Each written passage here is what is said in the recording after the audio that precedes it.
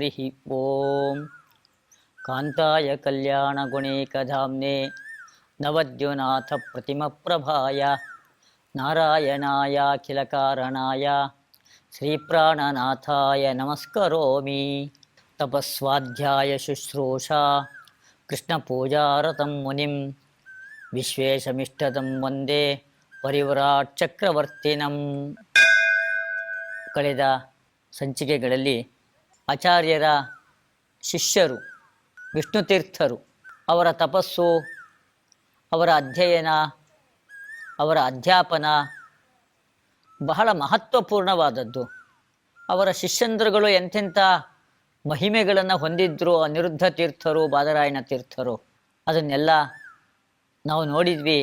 ತುಂಬ ರೋಮಾಂಚನ ಆಗ್ತಕ್ಕಂತಹ ಸಂಗತಿಗಳು. ಅವರ ವ್ಯಕ್ತಿತ್ವ ತುಂಬ ದೊಡ್ಡ ಮಟ್ಟದ ವ್ಯಕ್ತಿತ್ವ ಆಚಾರ್ಯರ ಶಿಷ್ಯಂದ್ರಗಳದ್ದು.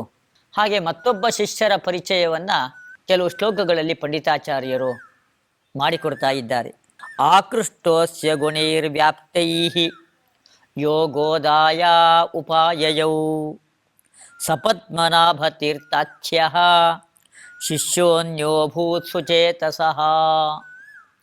ಸುಚೇತಸಃ ಅನ್ಯಃ ಶಿಷ್ಯಃ ಅಭೂತ್. ಮಧ್ವಾಚಾರ್ಯರಿಗೆ ಮತ್ತೊಬ್ಬ ಶಿಷ್ಯರಿದ್ದರು. ಅವರನ್ನು ಪದ್ಮನಾಭ ತೀರ್ಥರು ಎಂಬುದಾಗಿ ಕರೀತಾರೆ.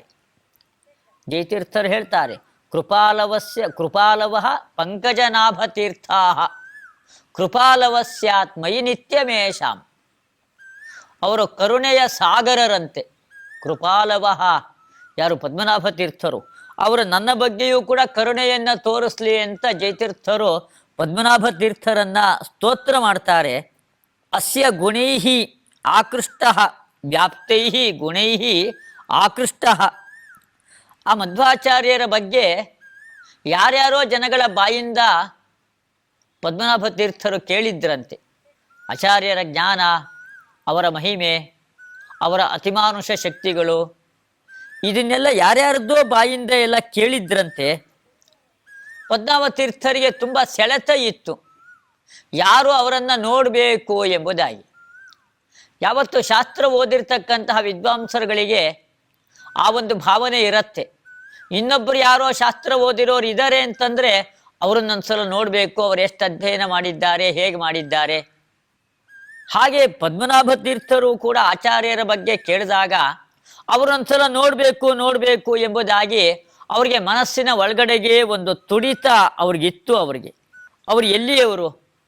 ಗೋದಾಯ ಉಪಾಯಯವು ಅಂತ ಹೇಳ್ತಾರೆ. ಅವರು ಗೋದಾವರಿ ನದಿ ದಡದಿಂದ ಬಂದವರು ಎಂಬುದಾಗಿ. ಪದ್ಮನಾಭ ತೀರ್ಥರು ಬಂದಿದ್ದು ಅಲ್ಲಿಂದ, ಗೋದಾವರಿ ನದಿ ದಡದಿಂದ. ಪದ್ಮನಾಭ ತೀರ್ಥರು ಯಾವ ರಾಜ್ಯದವರು? ಅವರು ಕರ್ನಾಟಕದವರೇನೆ. ಯಾಕೆಂದರೆ ಕನ್ನಡ ಸಾಹಿತ್ಯದ ಇತಿಹಾಸವನ್ನು ನಾವು ನೋಡಿದಾಗ ಕರ್ನಾಟಕ ಅಂತನ್ನೋದು ಗೋದಾವರಿ ನದಿಯವರೆಗೂ ಕೂಡ ಕರ್ನಾಟಕದ ವ್ಯಾಪ್ತಿ ಅಲ್ಲಿವರೆಗೂ ಕೂಡ ಇತ್ತು ಎಂಬುದಾಗಿ ಕವಿರಾಜ ಮಾರ್ಗದಲ್ಲಿ ನಾವು ವರ್ಣನೆಯನ್ನು ಕಾಣ್ತೀವಿ. ಅದು ಇವತ್ತಿನ ಕರ್ನಾಟಕ ಅಲ್ಲ. ಅದು ಪದ್ಮನಾಭ ತೀರ್ಥರ ಕರ್ನಾಟಕ, ಅದು ಬೇರೆ. ಅದು ಅಲ್ಲಿವರೆಗೂ ಕೂಡ ವ್ಯಾಪಿಸಿಕೊಂಡಿರ್ತಕ್ಕಂತಹ ವಿಶಾಲವಾದ ಕರ್ನಾಟಕ ಅದು. ಆದ್ದರಿಂದ ಗೋದಾವರಿ ನದಿ ದಡದಿಂದ ಬಂದವರು ಅಂದರೆ ಅವರು ಕರ್ನಾಟಕದವರೇ. ಅವರು ಗೋದಾಯ ಉಪಾಯಯವು. ಅವರಿಗೆ ವಾಸ್ತವಿಕವಾಗಿ ಹೆಸರು ಶೋಭನ ಭಟ್ಟರು ಎಂಬುದಾಗಿ ಅವರಿಗೆ ಹೆಸರು. ಪಂಡಿತಾಚಾರ್ಯರಿಗೆ ಪದ್ಮನಾಭ ತೀರ್ಥರ ಬಗ್ಗೆ ತುಂಬ ಗೌರವ. ಆಗಾಗ್ಗೆ ಕೆಲವು ಸರ್ಗಗಳಲ್ಲೆಲ್ಲ ಅವರ ಬಗ್ಗೆ ಉಲ್ಲೇಖವನ್ನು, ಮಾಹಿತಿಯನ್ನು ಪಂಡಿತಾಚಾರ್ಯರು ನೀಡಿದ್ದಾರೆ. ಸಂಪ್ರದಾಯ ಪದ್ಧತಿಯಲ್ಲಿ ಅವರನ್ನು ಹೇಳಬೇಕಾದ್ರೆ ಕರ್ನಾಟಕ ಪೂರ್ವ ಸಜ್ಜನ ಗುರು ಶ್ರೀ ಪದ್ಮನಾಭಾಖ್ವಯ ಶ್ರೀ ರಘುವಂಶಶೇಖರಂ ಶ್ರೀ ಪದ್ಮನಾಭಾಖ್ವಯ ಯೋಗಿ ಮೂಲಯೇ ಅಂತೆಲ್ಲ ಸಂಪ್ರದಾಯ ಪದ್ಧತಿಯಲ್ಲಿ ನಾವು ನೋಡ್ತೀವಿ. ಅವ್ರನ್ನ ಕರ್ನಾಟಕ ಪೂರ್ವ ಸಜ್ಜನ ಗುರು ಅಂತ ಹೇಳ್ತಾರೆ. ಕರ್ನಾಟಕದ ಎಲ್ಲ ಪ್ರಜೆಗಳಿಗೂ ಕೂಡ ಅವರೊಳ್ಳೆ ಸಾತ್ವಿಕರಾದ ಗುರುಗಳಾಗಿದ್ದರಂತೆ. ಅದನ್ನು ಅವರು ಕರ್ನಾಟಕದವರು ಅಂತ ಸ್ಪಷ್ಟವಾಗಿ ಇದರಿಂದೆಲ್ಲ ಗೊತ್ತಾಗ್ತಾ ಇದೆ. ಅವರ ವೈಶಿಷ್ಟ್ಯ, ಅವರ ಮಹತ್ವ ಏನದು? ಶ್ರುತ್ಯಾ ಮತ್ಯಾ ಸದಾ ಭಕ್ತ್ಯಾ ವಿರಕ್ತ್ಯಾ ನಿತ್ಯ ಸೇವಯಾ ತಸ್ಯೈ ಪ್ರಸನ್ನಃ ಪ್ರಾಜ್ಯಕ್ಷಃ ಸದ್ಯೋ ವಿದ್ಯಾಂ ದದೌ ಶುಭಾಂ. ಪದ್ಮನಾಭತೀರ್ಥರು ವೇದಾಂತ ಶಾಸ್ತ್ರದ ಶ್ರವಣಗಳ ಮನ ಮಾಡ್ತಾ ಇದ್ದರು. ಶ್ರವಣ ಮನನ ನಿಧಿಧ್ಯಾಸನ ಶಾಸ್ತ್ರ ಪರಂಪರೆಯಲ್ಲಿ ಬಂದವರು ಅದನ್ನು ಶಾಸ್ತ್ರದ ಅಧ್ಯಯನದಲ್ಲೇ ತಮ್ಮನ್ನು ಯಾವಾಗಲೂ ಕೂಡ ತೊಡಗಿಸಿಕೊಂಡವರು. ಅವರಿಗೆ ಆಚಾರ್ಯರಲ್ಲಿ ಬಹಳ ಭಕ್ತಿ, ಯಾವಾಗಲೂ ಆಚಾರ್ಯರಲ್ಲಿ ಭಕ್ತಿಯನ್ನು ಮಾಡ್ತಾ ಇದ್ದರು. ಮತ್ತು ಅವರು ಶ್ರುತ್ಯ ಮತ್ಯ, ಶ್ರವಣ ಮತ್ತು ಮನನ, ಯಾಕೆ ಶಾಸ್ತ್ರ ಹೇಳಿದೆಯಲ್ಲ ಶ್ರೋತವ್ಯೋ ಮಂತವ್ಯೋ ನಿಧಿಧ್ಯಾಸಿತವ್ಯ ಎಂಬುದಾಗಿ, ಅದಕ್ಕನುಗುಣವಾಗಿ ಶ್ರವಣ ಮನನಗಳನ್ನು ಮಾಡ್ತಾ ಇದ್ದರು. ಒಳ್ಳೆ ಭಕ್ತಿಯನ್ನು ಹೊಂದಿದ್ರು, ವೈರಾಗ್ಯವನ್ನು ಹೊಂದಿದ್ರು. ಹೀಗೆ ಮೋಕ್ಷಕ್ಕೆ ಬೇಕಾಗಿರ್ತಕ್ಕಂಥ ಎಲ್ಲ ಗುಣಗಳು ಪದ್ಮನಾಭ ತೀರ್ಥರಲ್ಲಿ ಬೇಕಾದಷ್ಟಿತ್ತಂತೆ. ಮತ್ತು ಗುರುಗಳ ಸೇವೆ, ಅದರಿಂದ ಒಳ್ಳೆಯ ವಿದ್ಯೆ ಒಲಿದು ಬರುತ್ತೆ ಗುರುಗಳ ಸೇವೆಯನ್ನು ಮಾಡೋದರಿಂದಾಗಿ. ಪದ್ಮನಾಭ ತೀರ್ಥರು ಆಚಾರ್ಯರ ಸೇವೆಯನ್ನು ಯಾವಾಗಲೂ ಮಾಡ್ತಾ ಇದ್ರಂತೆ. ನಿತ್ಯ ಸೇವೆಯ ಅಂತ ಹೇಳ್ತಾರೆ. ನಿತ್ಯ ಸೇವೆಯ, ವಿರಕ್ತಿಯ ನಿತ್ಯ ಸೇವೆಯ, ಯಾವ ಅಪೇಕ್ಷೆನೂ ಇಲ್ಲದೇನೆ ನಿತ್ಯದಲ್ಲೂ ಕೂಡ ಆಚಾರ್ಯರ ಸೇವೆಯನ್ನು ಮಾಡ್ತಾ ಇದ್ದರು. ತಸ್ಯೈ ಪ್ರಸನ್ನಃ ಪ್ರಾಜ್ಯಕ್ಷಃ. ಮಧ್ವಾಚಾರ್ಯರು ಅವರ ಬಗ್ಗೆ ಒಳ್ಳೆ ಪ್ರಸನ್ನರಾಗಿದ್ದರಂತೆ. ಕಿಮಲಭ್ಯಂ ಪ್ರಸನ್ನೆ ಶ್ರೀನಿಕೇತನೆ ಭಗವತಿ. ಭಗವಂತ ಪ್ರಸನ್ನನಾಗ್ಬಿಟ್ರೆ ಎಲ್ಲವೂ ದೊರೆಯುತ್ತಂತೆ. ಹಾಗೆ ಆಚಾರ್ಯರು ಕೂಡ ಪ್ರಸನ್ನರಾದರೆ ಎಲ್ಲವೂ ದೊರೆಯುತ್ತೆ. ಆಚಾರ್ಯರು ಪದ್ಮನಾಭ ತೀರ್ಥರ ಬಗ್ಗೆ ಬಹಳ ಪ್ರಸನ್ನರಾಗಿದ್ದರಂತೆ. ಅವರಿಗೆ ವೇದಾಂತ ವಿದ್ಯೆಯ ಉಪದೇಶವನ್ನು ಆಚಾರ್ಯರು ತಾವು ಮಾಡಿದರು. ಸದ್ಯೋ ವಿದ್ಯಾಂ ದದೌ ಶುಭಾಂ. ಸದ್ಯೋ ವಿದ್ಯಾಂ ದದೌ ಶುಭಾಂ. ಶೋಭನ ಭಟ್ಟರು ಅವರು ಒಳ್ಳೆ ಎಷ್ಟು ತಾರ್ಕಿಕ ಶಿಖಾಮಣಿ ಸುಧೀಹಿ ವರ್ತಮಾನ ಸಮಯ ನಿರಾಕರೋತ್. ಆಗಿನ ಕಾಲದ ಎಲ್ಲ ದರ್ಶನಗಳ ನಿರಾಕರಣೆಯನ್ನು ಮಾಡಿದ್ರಂತೆ. ನ್ಯಾಯ, ಮೀಮಾಂಸಾ, ಸಾಂಖ್ಯ ಎಲ್ಲ ದರ್ಶನಗಳ ನಿರಾಕರಣೆಯನ್ನು ಮಾಡಿದ್ರು. ನ್ಯಾಯಶಾಸ್ತ್ರದಲ್ಲಿ ವಿಶೇಷವಾದ ಪರಿಣತಿಯನ್ನು ಹೊಂದಿದ್ರು. ಎಷ್ಟು ತಾರ್ಕಿಕ ಶಿಖಾಮಣಿ ಅಂತ ಹೇಳ್ತಾರೆ. ತರ್ಕಶಾಸ್ತ್ರದಲ್ಲಿ ಬಹಳ ಪರಿಣತಿಯನ್ನು ಸಂಪಾದನೆ ಮಾಡಿದವರು. ಆದ್ದರಿಂದ ಅವರಿಗೆ ವೇದಾಂತ ವಿದ್ಯೆ ಆಚಾರ್ಯರು ಗುರುಗಳು ಪ್ರಸನ್ನರಾಗಿರಬೇಕಾದರೆ ಬೇಗ ಒಲಿದು ಬರುತ್ತೆ. ಅದನ್ನು ಸದ್ಯ ಅಂತ ಹೇಳ್ತಾರೆ. ಸದ್ಯೋ ವಿದ್ಯಾಂ, ಸದ್ಯ ಕೂಡಲೇ ಅವರಿಗೆ ವೇದಾಂತ ವಿದ್ಯೆ ಉಪದೇಶವನ್ನು ಕೊಟ್ಟಿದ್ದಾರೆ ಆಚಾರ್ಯರು.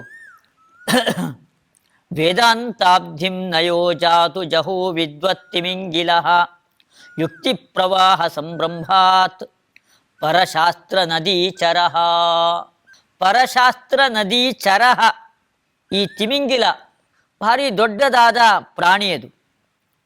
ಅದು ಸಮುದ್ರದಲ್ಲಿ ವಾಸ ಮಾಡ್ತಾ ಇರುತ್ತೆ.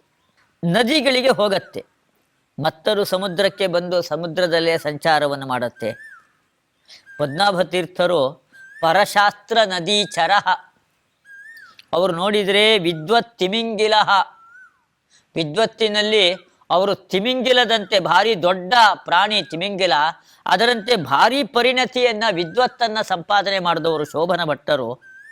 ಅವರು ಸಮುದ್ರವನ್ನು ಕೈ ಬಿಡಲಿಲ್ಲಂತೆ. ಅವರು ಸಮುದ್ರದಲ್ಲೇ ವಾಸ ಮಾಡ್ತಕ್ಕಂಥ ತಿಮಿಂಗಿಲ ಇದು. ಯಾವುದು ಸಿಮಿಂಗಿಲ ಯಾವುದು ಅಂತ ಹೇಳಿದರೆ ವಿದ್ವತ್ ತಿಮಿಂಗಿಲ. ಶೋಭನ ಭಟ್ಟರು ಪದ್ಮನಾಭ ತೀರ್ಥರೇ ಒಂದು ತಿಮಿಂಗಿಲ. ಸಮುದ್ರ ಯಾವುದು ಅಂತ ಹೇಳಿದರೆ ವೇದಾಂತ ಶಾಸ್ತ್ರವೇ ಸಮುದ್ರ. ಯಾಕೆ ಸಮುದ್ರ ಭಾರಿ ಆಳವಾದದ್ದು. ಸಮುದ್ರದಲ್ಲಿ ಏನೇನೋ ಮುತ್ತು ರತ್ನಗಳೆಲ್ಲ ಇದೆ. ಹಾಗೆ ವೇದಾಂತ ಶಾಸ್ತ್ರದಲ್ಲೂ ಕೂಡ ಮುತ್ತು ರತ್ನಗಳಿದೆ. ಭಾರಿ ಆಳವಾಗಿರ್ತಕ್ಕಂಥದ್ದಿದು, ಭಾರಿ ಗಂಭೀರವಾಗಿರ್ತಕ್ಕಂತಹ ಶಾಸ್ತ್ರ ಇದು. ಹೀಗೆ ವೇದಾಂತಾಬ್ಧಿಂ ನಯೋಜಾತು. ಆ ವೇದಾಂತ ಎಂಬತಕ್ಕಂಥ ಸಮುದ್ರವನ್ನು ಅವರು ಎಂದೂ ಕೂಡ ಬಿಡಲಿಲ್ಲಂತೆ. ಯಾಕೆ ಇದನ್ನು ವಿಶೇಷವಾಗಿ ಪಂಡಿತಾಚಾರ್ಯರು ಇಲ್ಲಿ ಹೇಳ್ತಾ ಇದ್ದಾರೆ ಅಂತಂದರೆ, ನಾನಾಗಲೇ ಹೇಳಿದೆ, ಎಷ್ಟು ತಾರ್ಕಿಕ ಶಿಖಾಮಣಿ ಸುಧೀಹಿ ವರ್ತಮಾನ ಸಮಯ ನಿರಾಕರೋತ್. ಆಗಿನ ಕಾಲದ ಎಲ್ಲ ದರ್ಶನಗಳನ್ನು ಕೂಡ ಅವರು ನಿರಾಕರಣೆ ಮಾಡ್ತಾ ಇದ್ರು ಶೋಭನ ಭಟ್ಟರು. ತಾರ್ಕಿಕ ಶಿಖಾಮಣಿ ನ್ಯಾಯಶಾಸ್ತ್ರದಲ್ಲಿ ಬಹಳ ಪರಿಣತಿಯನ್ನು ಹೊಂದಿದವರು. ಈ ನ್ಯಾಯಶಾಸ್ತ್ರ ಅಂತ ಅನ್ನೋದು ಒಂದ್ಸಲ ಓದ್ಲಿಕ್ಕೆ ಶುರು ಮಾಡಿದ್ರೆ ಅದರಲ್ಲಿ ಆಸಕ್ತಿ ಹುಟ್ಟುಬಿಟ್ರೆ ಮತ್ತೆ ಅದನ್ನು ಬಿಡೋದೇ ಇಲ್ಲ, ಅಂತಹದ್ದದು ನ್ಯಾಯಶಾಸ್ತ್ರ ಅದು. ಆದ್ರಿಂದ ನ್ಯಾಯಶಾಸ್ತ್ರದಲ್ಲಿ ಇವರು ವಿಶೇಷ ಪರಿಣತಿ ಹೊಂದಿದ್ರು. ಅದನ್ನ ವೇದಾಂತಕ್ಕಿಂತಲೂ ಕೂಡ ಹೆಚ್ಚಾಗಿ ನ್ಯಾಯಶಾಸ್ತ್ರವನ್ನೇ ಇವರು ಆಶ್ರಯಿಸಿದ್ರ. ಅದಕ್ಕೆ ಹೇಳಿದ್ರು ಪರಶಾಸ್ತ್ರ ನದೀಚರಹ ಅಂತ ಹೇಳಿದ್ರು.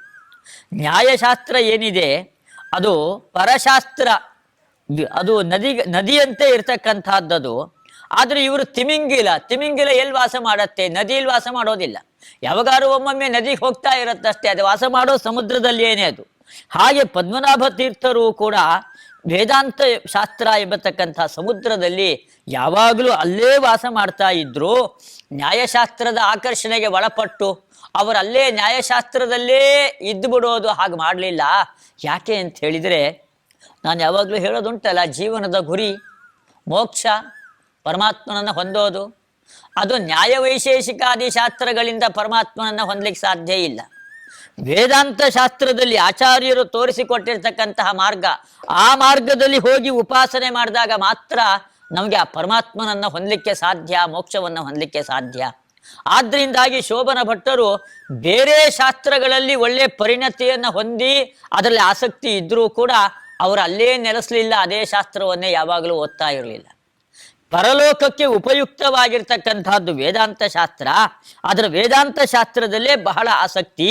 ಆದ್ರಿಂದಾಗಿ ಅಧ್ಯಾತ್ಮ ವಿಚಾರದಲ್ಲೇ ತಮ್ಮನ್ನು ತೊಡಗಿಸಿಕೊಂಡಿರ್ತಿದ್ರು ಯಾವಾಗಲೂ ಕೂಡ. ವ್ಯಾಖ್ಯಾ ಪ್ರಣಾದ ಮಾತ್ರೇಣ ವೀರಂ ಮನ್ಯಾನ್ ಸ್ವಮಂಡಲೆ ಮಾಯಾ ವಿಗ್ರಾಮ ಸಿಂಹಾನ್ಯೋ ವಾದಿ ಸಿಂಹೋ ನಿರಾಕರೋತ್.